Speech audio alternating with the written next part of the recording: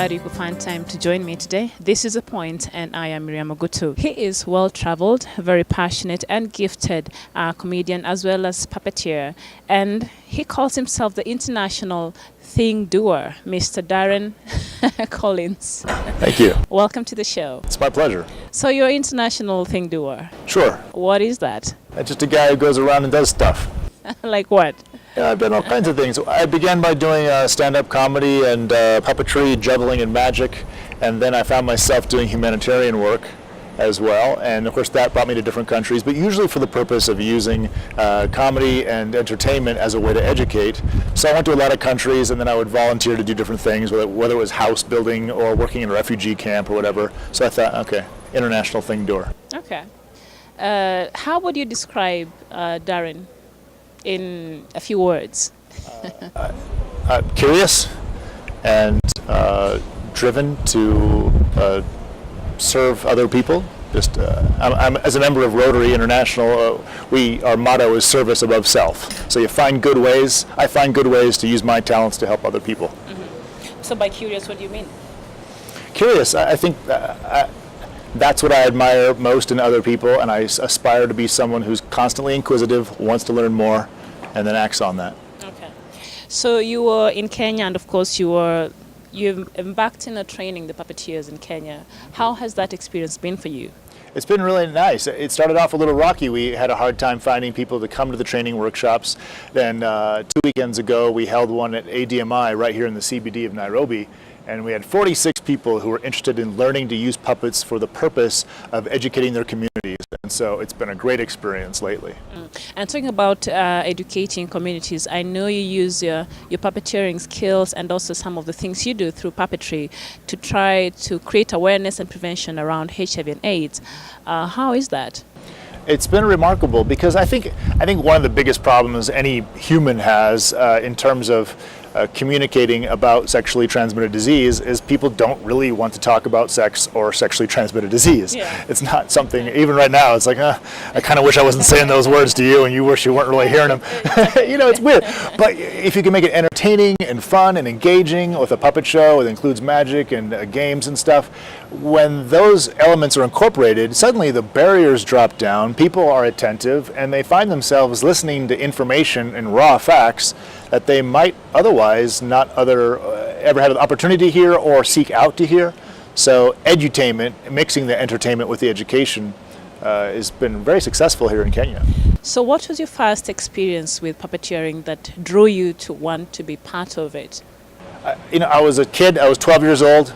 My big brother was 16 years older than me, which means I'd spent no time living in the house with him. And he sent this giant box. It was huge. I mean, I guess I was a kid, so it was like this big, and it was filled with puppets and Muppet paraphernalia, Muppet memorabilia. Mm-hmm. And I was immediately like, wow, look at all this cool stuff. And so I started playing with it, and then I sort of became obsessed with puppets because my brother planted that seed in my head. Mm-hmm. And a year later, a member of our church was starting a puppetry theatrical group, and I joined at age 13. And I just caught the bug. So why puppeting? Why did you choose to use this as a means to communicate? Because you just don't do puppetry for the sake of it. Well, I mean, some people do. Some people just liked, some people like animation, some people like acting. I liked puppetry. But what drew me to it was its ability to communicate. It's a little bit different than other kinds of art forms in that it's a proxy, it's human-like, but it's not really human, and so we sort of give it extra permission to say stuff. Like you see the XYZ show. A lot of the things they say on that show, like guys would hesitate to write an editorial to the newspaper and say those same things, but when it's spoken through a puppet, everyone's like, oh, that's funny, that's great. And so that ability to communicate things otherwise not communicated is probably what continues to draw me to puppetry. Okay, and in regards to, just to take you back a bit, in regards to HIV and AIDS awareness that you do through puppetry, how effective has this been? Well, measuring efficacy of a Hearts and Minds campaign where you're teaching people things is measured in probably decades to find out how well it's going to work. But if you measure it in terms of popularity or its attractiveness, it's off the charts in Kenya. You know, a lot of other cultures around the world have a long history of puppetry, Not so much in East Africa. The Giriama people have some secret tribal puppetry that they do. There's very, very few even photographs of them. So because it's so rare, I find that Kenyans are especially attracted to puppets. And so when we do these shows, like we did over 120 different schools in Kajiado County, and the administrators and the teachers, they're so attracted to it. Even after the show, they're like, hey, can you come to this school? Or will you come to our church? Can I invite my colleagues? Yeah. Their excitement is so much higher. And so in terms of that, I think it's a huge success. Okay. You know, we're talking about really serious stuff and people like it. Okay. You know, that's good. And talking about huge success, he came and you formed a puppeteering group in Kenya. I found puppeteering Oh, groups. you I mean, found. there are a couple here, the Crystal Puppet Theater, the Kenya Institute of Puppetry Theater, the new Robbie Puppeteers. I met up with them and we sort of grew together back in 2012. And of course, Darren came with some members of this puppeteering club, and I think they would like to perform something for us. Yeah, we some of the guys are here. Project Hand Up is the name of the charity and the operation we do through Rotary, and 3 of the puppeteers are here. We also do programs about gender equality, teaching little boys how to treat little girls. And so, if you don't mind, we could actually perform some of that right now. Of course. Yeah.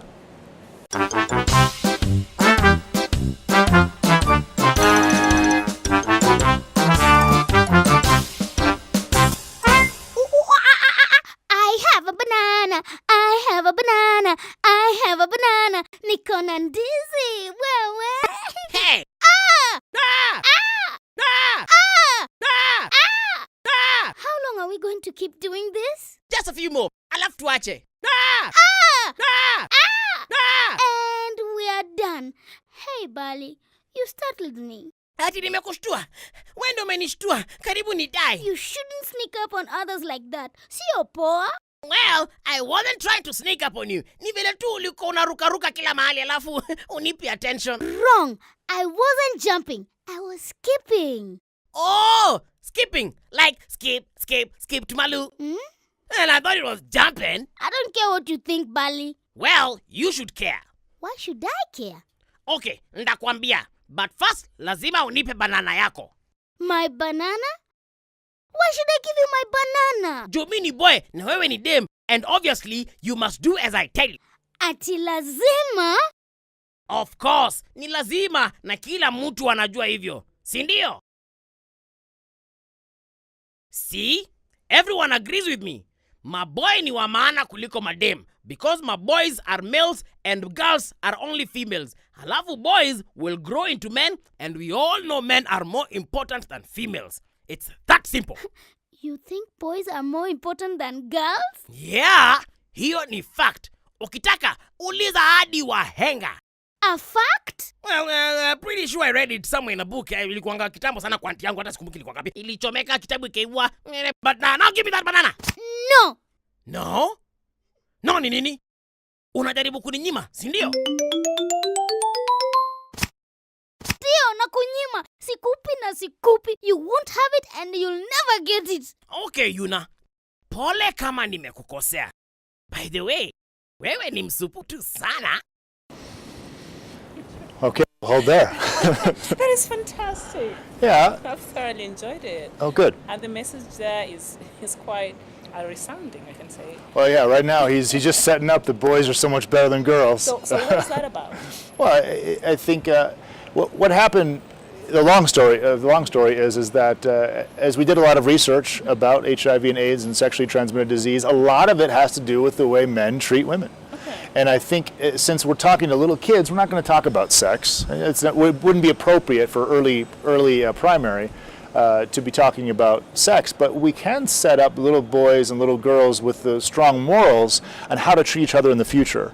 So when they're reaching age 13 or reaching age 14, the girls learn that they have permission to say no, and boys learn that they have to respect the right of the woman to say no. Exactly. Yeah. All right. And with that, we'll take a short break. Don't go too far. We'll be right back.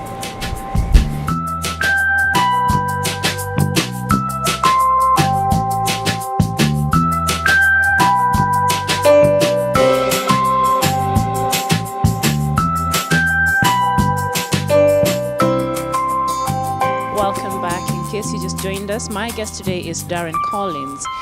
He's a very gifted comedian and puppeteer, travels around the world to share his love and passion for puppet and comedy. So let's talk about the comedy part. Okay. Yeah. So what do you do? What's your content when you perform your comedy? The concept. Is it Okay. like- Well, it's not serious, obviously, for one thing, but it's also I don't know how Kenyan English will take this, but it's just stupidity. I mean, I just act like an idiot on stage. I tell some jokes. Some of them are pretty well thought out, but some of it's juggling and just props and magic. But the thing is that generally speaking, when I do a comedy show, it's for education purposes. Okay. Whether it's a corporate event or a school or a church who's hiring me, I tend to be educating at the same time. And so I try to make it as fun as possible. So if there's a serious topic, and sometimes it's very serious, then I just do something You having goofy. a quick one for me? A quick joke for you? Yeah. No, I don't have any quick jokes. All my jokes are long form. Most of my jokes are about architecture. Let's just say he's thinking about it. Maybe at the end of the show he would have made up his mind. The thing is, I'm lazy. Okay. I'm so lazy. In fact, okay, like some people are lazy. I'm lazier than anyone else you know. I should probably write more jokes, honestly. Well, for instance, like, okay, so it's your friend's birthday, right? Like the laziest thing you can do on your friend's birthday. No card, no present, no phone call. You just write happy birthday on your friend's Facebook wall. That is really That's lazy. That's lazy. I'm lazier than that. I don't even write happy birthday on my friend's Facebook wall. I wait till someone else writes happy birthday, and then I you just click like. Yeah, Seriously? that's it. That's all I do. That's really funny. It's like I love you, man, but I'm not gonna get my fingers involved. No, Just one click. Be That's lazy it. and just Yeah. like. Yeah. I mean, that's really funny. All right, so I know you're also a hobbyist knife thrower. Can you tell us about that? Yeah, I can. So my dad and I throw knives because, my dad, I love him, I respect him. He's old. Yeah. He's 80 years old. And so the thing about men, I don't know if you know this, but when we retire from work, our brains just go to mush. You don't really retire. Yeah, well, if we do, it's problems. We deteriorate. So when my dad retired, I thought, hey, he should have an activity. So as being the youngest son, I bought him a video and a book and a bunch of knives and said, Dad, you should try knife throwing. Bunch of knives. Yeah, as sons do. And he loved it. He got very good. Okay. It's so good, he was going to tournaments and like championships. But he was going by himself. And I'm like, Dad, I'd like to hang out with you. Why don't you teach me how to throw knives? And so he showed me, and I got good. I got okay at it too. And so we would start to go to tournaments together around the United States and throw knives at targets, which was a bunch of weird guys named like Catfish, or guys. They'll have nicknames and everything. Mountain men. So what's your nickname? My nickname? I don't think they ever. I don't think they ever settled on Odiambo. Joroge. Yeah. Kamau. That's what I am. Yeah. No, when you're knife throwing. When I was knife throwing, Stickman. Stickman. Why? First of all, it's an insult. Like I'm a stick. I'm very thin, and also I stick the target. Oh, okay. There so we go. You can hit the bullseye. I could hit the bullseye. Pretty much. In fact, in 2010, I won the world championship in the long distance knife throwing division. Yeah. What was the feeling for you? It was terrible. Dad and I both had swine flu. It's like the pig version of bird flu. Yeah. But the good thing is we were so sick. I mean, we were using the restroom, just dehydrated. It was terrible. But we were so sick that we didn't care about the competition. well. But that's one of the best things for a performer or someone who's trying to hit a bullseye. The show Is must you got to continue. clear your mind. Yeah. You can't be nervous. We weren't nervous. We didn't care. And so we did really, really well. Both of us But did. you were sick. Yeah, I was sick, You but got it's- to win the championship. in that one category, it was totally luck. Wow. Yeah, I'm not better than anybody else. But No, I beat the you French did well. and the Russians. I'm Yeah. proud of that. Yeah.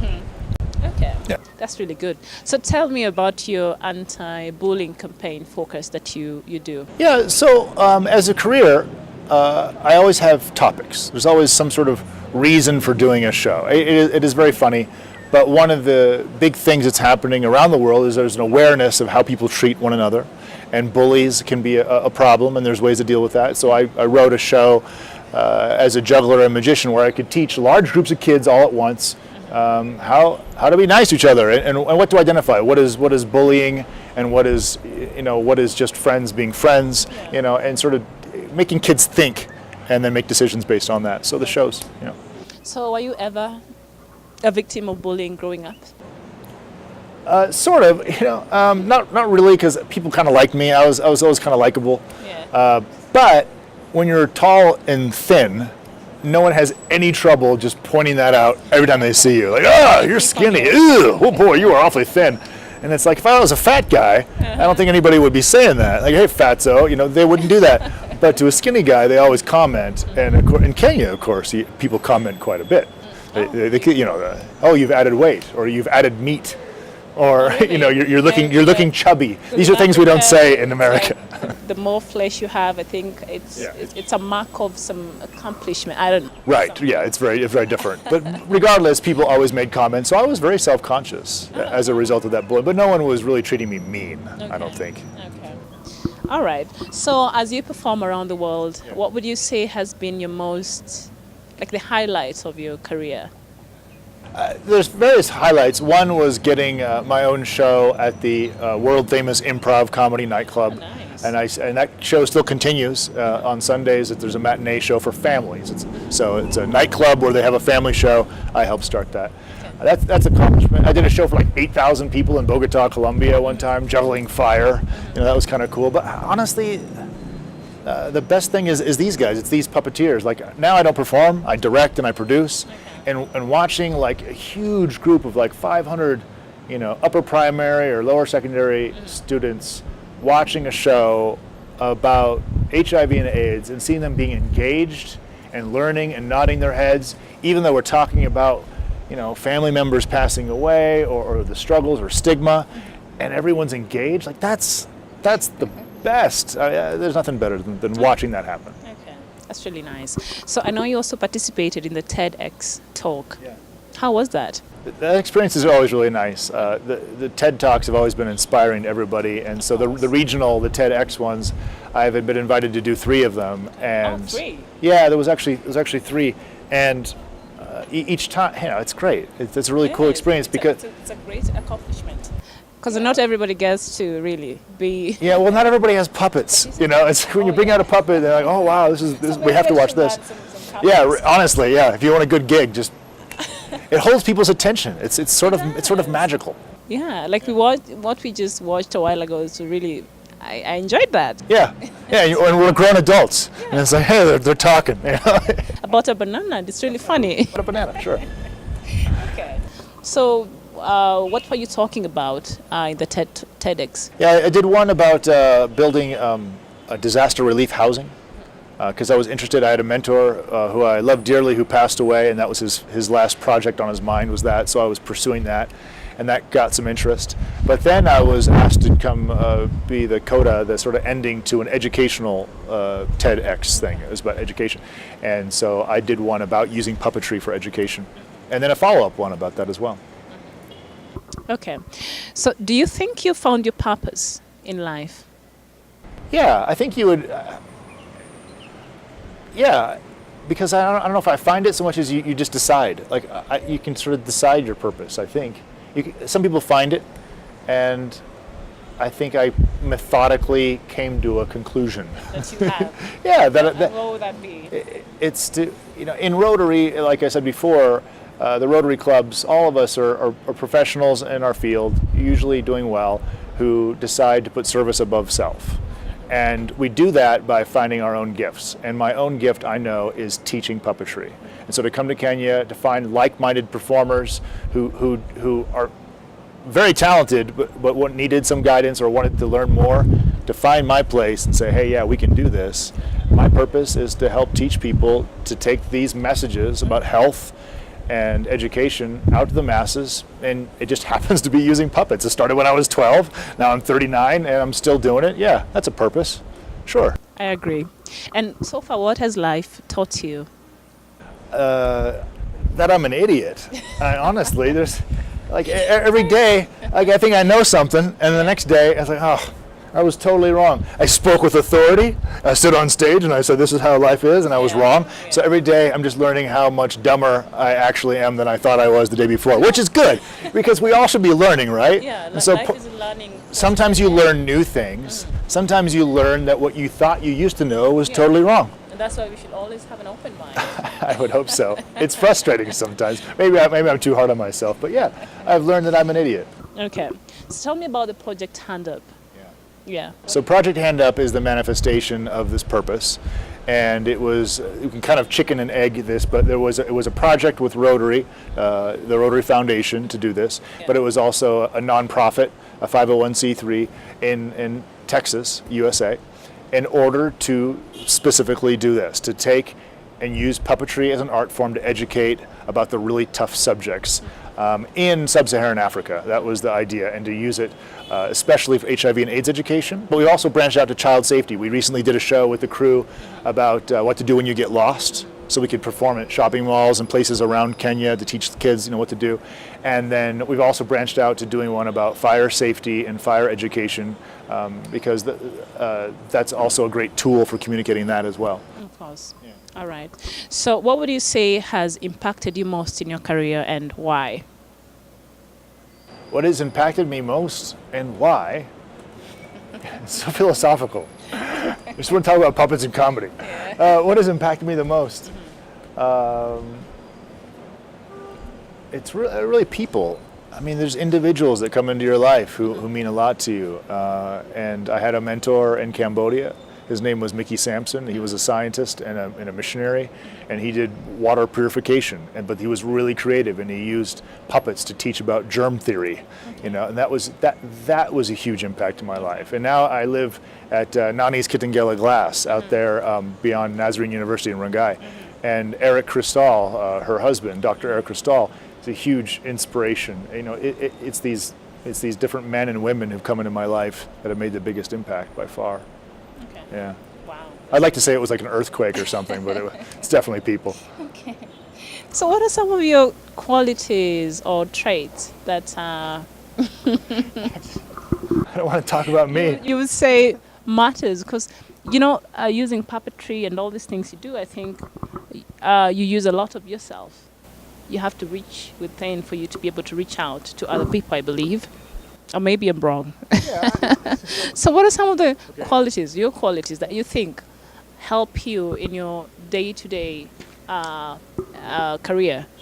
I think the quality that helps the most is curiosity. Okay. Like I want to learn things, and I go out and learn them.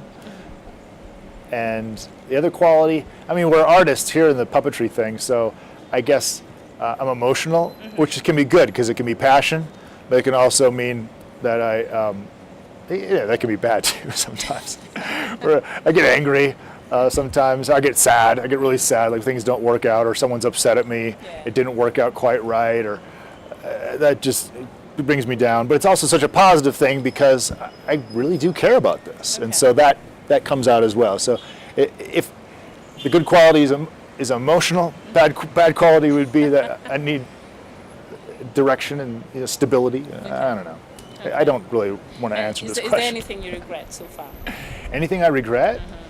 Yeah, there's regrets. There's times when I said things I shouldn't have said. Okay. There was a time recently where I was so enthusiastic that people thought I was fake. It's just like, this guy can't possibly mean this. What's his angle? He must be out for himself. And I'm like, no, I actually really just care about this. I just talk too much. Okay, so what was that about? Do you mind to share? There was, how can I tactfully say this? Nairobi is a place where I find there's a lot of people who are working any angle they can to get anything they can out of you. They call it Nai-robbery. Some people might use a gun. Some people might use their wits. Some people just use selfish ambition. So you've had that experience? Yeah, of course. Of course. I've been to Central Police Station. Oh, really? Yeah, of course. Because okay, the police, what happened? Well, they're not on my side, the police. Okay. Just traffic stuff. So are you on the wrong? It's hard to say. Sometimes I was in the wrong, sometimes I was victimized. So this particular time you were not on the wrong? Oh, I think I might have made an illegal U-turn. Okay. It's possible. It's possible. But I certainly wasn't the only one, and I think there might have been a donkey in the road also making that U-turn. So the ethics of whether or not this was a traffic violation or a livestock violation, I don't know. Did you spend a night at the I did not spend a night. Oh, No, thank God. no, I didn't. But anyway, but because of that, there's a lot of healthy skepticism here as well. And I think I came in going, yeah, this sounds great. I'm going to do this, this, this, and this. Yeah. And people who are in a position to say yes or no were like, that can't be real. He has an angle. And so that was hard. That was difficult because I really am a genuine guy. Yeah. I'm not out to make a buck. Okay. So far, how has been your experience in Kenya, apart from the Nairobi part? Oh, right. Yeah. It's great. I mean, I love Kenya. But the thing is, you can't answer that question. It's such a wide place. You know, Americans, How do you find the people and the food? it's all different. It depends on what neighborhood you're in. I mean, some people in some neighborhoods are total jerks. Do you have a favorite Some people Kenyan- are super really nice everywhere you go. Do you have a favorite Kenyan dish? Oh, yeah, sure. What, ugali? A friend of mine, my roommate Carlos, we have invented the best way to make mbuzi choma. Oh, okay. It's a secret. I'm not going to tell anybody how it's done, but we accidentally invented it in my backyard. Accidentally. Yeah, we were barbecuing and Yeah. and some amazing flavor came out. And yeah, I like mbuzi choma. I like the kachumbari. I like the sukuma wiki, ugali. This is all good food. Oh, nice. Yeah, these are all good things. That's really nice. So finally, as your parting shot, what would be your word for young people out there who don't know if puppeteering could be something they could do? How would you encourage them? Because for you, it is an accidental. I can tell you exactly how it encouraged them. Yeah. I mean, for me, it was accidental, sort of, but I also had training. When I was 13 years old, we then went to a training workshop. Okay. I'm replicating that now. In fact, April 1st and 2nd, I believe that's Saturday and Sunday, we're actually going to hold a training seminar here in Nairobi where anybody can come. It doesn't matter what age they are, and they will definitely get 16 hours of hands-on specific training. So are there payments, or what is? Yeah, it's going to be 500 baht, but we're subsidized by the Rotary Foundation, so they keep the costs low, so everyone can come. And you'll learn how to do puppets just like this. You'll learn how to develop object lessons. You'll learn to do juggling, two puppetry, two puppets at one time. Okay. Yeah. So where would be? Where I think we'll probably hold it at Africa Digital Media Institute, ADMI. It's Caxton House in the CBD.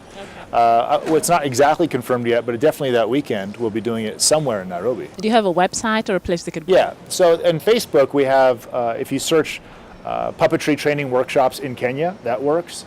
It's facebook.com/edutainment Kenya. You can also look us up as Project Hand Up. That is one way to find us. ProjectHandUp.org will bring you to all those places. Also, the Kenya Institute of Puppetry Theater has information. That's KIPTKenya.org. But mostly, look up puppetry training workshops in Kenya, and that's where you can find all the information about the training that we're doing through Project Hand Up and through the Rotary Club of Nairobi and the Rotary Club of DeSoto, Texas. All right. Darren Collins, it was really nice having you on the show today. My pleasure. Thanks, Miriam. Thank you for coming. The Project Hand Up Puppeteers are going to give us another performance. Yeah, they're going to finish off with the conflict between the boy and the girl, and the boy trying to get that banana. right, We'll find can't out. wait. We'll find out the lessons they learn here. Of course. All right. And when you find your purpose in life, you get more fulfilled. And until next time, this has been The Point. I am Miriam Ogutu. It's bye-bye from me. What? You think I'm beautiful? Sindio, wewe ni mrembo. Na sasa ndio nimekushow hivyo. Sinipatia banana. See, no, sikupati just like that. Hapana? Hapana? Don't you understand? I am a boy and you are only a girl. Lazima udo kitu mimi nakwambia. No, I don't. Boys are not better than girls. Males are not better than females. You are not better than I, period. Full stop. I'm two. Are not. I'm two. Are not. I'm two. Are not. I'm two. Are not. How long do you want us to keep doing this? Just a few more, I'll have to watch it. Are not. I'm two. Are not. I'm two. Are not. I'm two. Are not. Whoa, whoa. Wait. What's going on here? Okay, iko hivi. Yuna ana banana. Yes, she does. Help me understand. How is that a problem? Maybe hujasikia poa. Akona banana. I must be missing something here. Let me update you. Bali is acting like he is more important than I am just because he's a boy. Well, yeah. Now you're getting it. I am a boy. Sawa, you're a boy, but you only think you're more important. But I think you're not.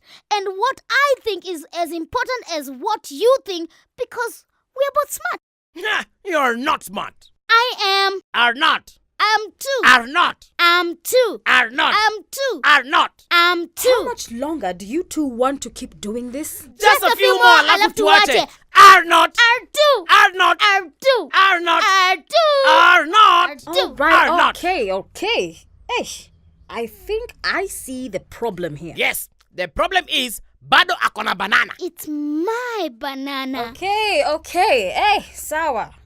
What we are lacking here is a little bit of respect. Na think uko right, Adila. You do? Yes. You na hani respect kama mwanaume. At least you're right about that. I know I'm right about that. Hey. Ngoja kidogo. What? You know what? Yuna, you should respect Bali. He is a male and males are very important. What? But Adila... Think about lions. The male lions protect the females and their young ones. They are fierce and strong and greatly respected. Si umecheki Yuna? I told you, girls have to respect boys. But Bali, don't misunderstand. Girls are equal to boys and important too. What? Equal? Equal ndio nini? Equal. At least. Probably better. No, I said equal and I mean equal.